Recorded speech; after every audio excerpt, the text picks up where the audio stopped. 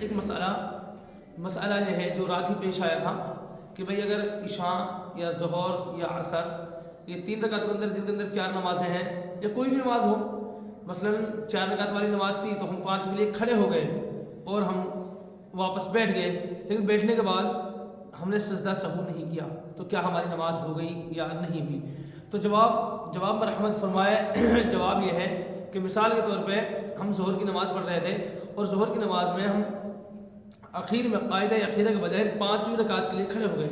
5 رکعت کے لیے کھڑے ہو گئے، پھر فوراً ہم واپس بیٹھ گئے اور ہم نے سجدہ سہو نہیں کیا تو ہماری نماز نہیں ہوئی۔ نماز واجب الاعادہ ہے، نماز کو دوبارہ لوٹانا پڑے گا، اور نماز کے لوٹانے کا جو وقت ہے وہ اسی وقت میں لوٹانا ضروری ہے۔ اگر وہ وقت نکل گیا تو اب آپ نماز کو نہیں، بلکہ اب نماز لوٹانا مستحب ہے، اس کے علاوہ تو استغفار ہے۔ البتہ یہ ہے